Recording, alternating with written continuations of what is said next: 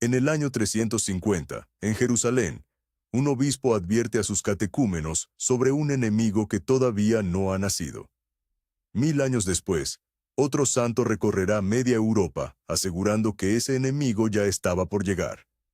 Mientras el mundo atraviesa guerras, abandono de la fe y un avance tecnológico que promete vigilar cada gesto humano, ambas advertencias vuelven a resonar. Vas a conocer las señales que, según varios santos y doctores de la Iglesia, deben aparecer antes de la llegada del Anticristo, y por qué uno de ellos enumeró 15 criterios para identificarlo.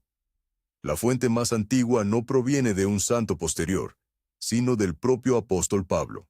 En su segunda carta a los tesalonicenses, advierte que el día del Señor no llegará sin que antes ocurran dos cosas: una apostasía generalizada, es decir, un alejamiento masivo de la fe, y la aparición de una figura que él llama el hombre de iniquidad. Pablo añade un detalle que los propios exégetas discuten desde hace siglos. Algo, o alguien, retiene por ahora la aparición de esta figura, y solo cuando ese freno sea retirado podrá manifestarse abiertamente.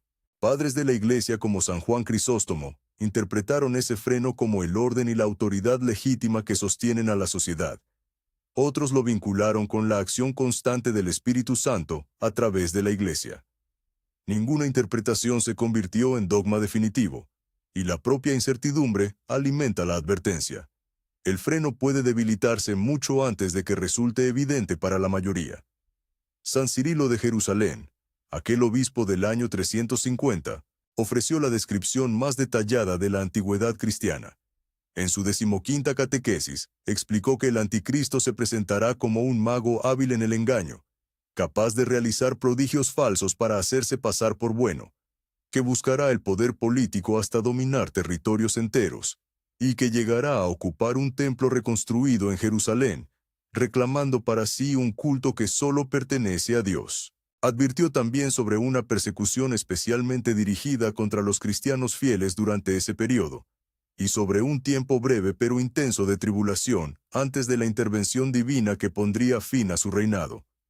San Cirilo insistió en que ninguna fecha podía calcularse con certeza, y que la señal más segura para reconocer el engaño no sería el cálculo, sino la fidelidad constante a la doctrina recibida. En el siglo XII, otra voz reconocida oficialmente como doctora de la Iglesia, añadió una capa distinta a esta enseñanza. Santa Hildegarda de Bingen, en su obra Sibias, describió una visión de un período futuro marcado por la relajación de la disciplina eclesiástica y el debilitamiento de la virtud entre los propios pastores, al que seguiría una purificación dolorosa antes de la restauración final de la Iglesia. A diferencia de Cirilo, Hildegarda no ofreció criterios políticos ni descripciones físicas del engañador, sino una advertencia centrada en la vida interior del clero, sugiriendo que la crisis, antes de manifestarse hacia afuera, se gesta primero puertas adentro. 13 siglos más tarde, el fraile dominico Vicente Ferrer recorrió media Europa prediciendo, con enorme fuerza persuasiva, que el fin de los tiempos estaba cerca y que el precursor del anticristo ya había nacido en su propia generación. La historia demostró que se equivocó en el cálculo del tiempo, algo que la propia Iglesia nunca elevó a certeza doctrinal, pero su insistencia dejó una enseñanza que sobrevivió al error del cálculo. Identificó como señales previas el enfriamiento de la caridad entre los propios cristianos, la multiplicación de escándalos dentro del clero y una hambre creciente de signos espectaculares por encima de la fe sencilla. Esta contradicción, entre un santo que erró la fecha pero acertó en el diagnóstico espiritual, es precisamente la que distingue una advertencia católica seria de un cálculo apocalíptico sin fundamento. Siglos después, el cardenal Roberto Bellarmino, doctor de la Iglesia y uno de los teólogos más rigurosos de la Contrarreforma, dedicó un tratado completo a este tema.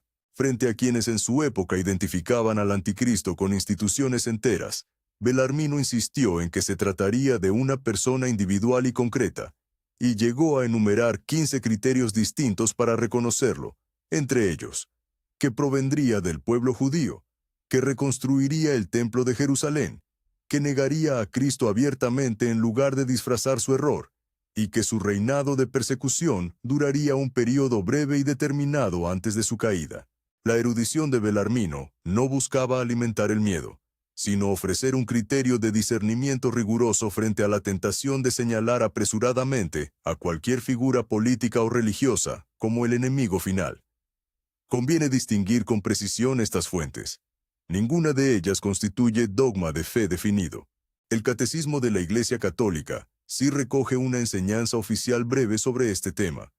Enseña que antes de la segunda venida de Cristo, la Iglesia deberá atravesar una prueba final que sacudirá la fe de muchos creyentes, marcada por un engaño religioso que ofrecerá una solución aparente a los problemas humanos al precio de la apostasía de la verdad. El propio Catecismo aclara que ese engaño supremo tomará la forma de un mesianismo falso, en el que el hombre se glorifica a sí mismo en lugar de a Dios. Todo lo demás, los detalles concretos aportados por Cirilo, Ferrer o Belarmino, pertenece al terreno de la teología especulativa y de la predicación pastoral, valiosa pero nunca equivalente a la doctrina oficial recogida en ese único párrafo. Lo que une a estos testimonios, separados por más de 1000 años entre sí, no es una fecha ni un nombre, es una misma secuencia repetida. Primero, un enfriamiento interior de la fe que se extiende antes de cualquier señal visible en el cielo o en la política mundial. Después, una sed de soluciones fáciles y de prodigios espectaculares que reemplazan la vida sacramental cotidiana. Y solo al final, cuando ambas condiciones ya están instaladas, la aparición pública del engaño mayor. Esta secuencia explica por qué tantos predicadores, a lo largo de los siglos, insistieron en un mismo remedio antes que en el cálculo de fechas: la oración constante, la vida sacramental y la fidelidad a la doctrina recibida. Precisamente lo que, según ellos, mantiene alejado el terreno fértil donde el engaño podría instalarse. Esta primera señal, la apostasía, es precisamente la que voces actuales dentro de la Iglesia insisten en señalar. El cardenal Robert Sarah, exprefecto de la Congregación para el Culto Divino, advirtió públicamente sobre lo que él mismo denominó una apostasía silenciosa, un rechazo de Dios que, según su lectura, ya se ha instalado dentro de la política, la economía y la cultura de buena parte de Occidente, incluso entre bautizados que nunca abandonaron formalmente la fe. Sarah no vinculó esta advertencia directamente con una fecha ni con la figura del anticristo. Su lectura se mantiene en el terreno pastoral, no en el de la profecía cerrada. Pero su diagnóstico coincide, punto por punto, con la primera condición que San Pablo describió hace 2000 años. Antes de cualquier figura visible, es el enfriamiento interior de la fe lo que prepara el terreno. Un obispo del siglo IV describió con precisión inquietante un engaño que todavía no existía. Un fraile del siglo XV erró la fecha, pero no el diagnóstico. Un cardenal del siglo XVII redactó 15 criterios que la Iglesia nunca canonizó, pero que siguen citándose hoy. ¿Crees que las señales que describieron estos santos ya están apareciendo en el mundo actual? ¿O piensas que todavía falta mucho para que se cumplan? Te leemos en los comentarios. Si este video te ayudó a comprender mejor este tema, compártelo con alguien que necesite escucharlo, y suscríbete para no perderte los próximos episodios de este canal. Que Dios los bendiga a ustedes y a sus familias, y que la Virgen María los proteja siempre. Recemos juntos, hoy, por la fidelidad y la perseverancia de toda la Iglesia.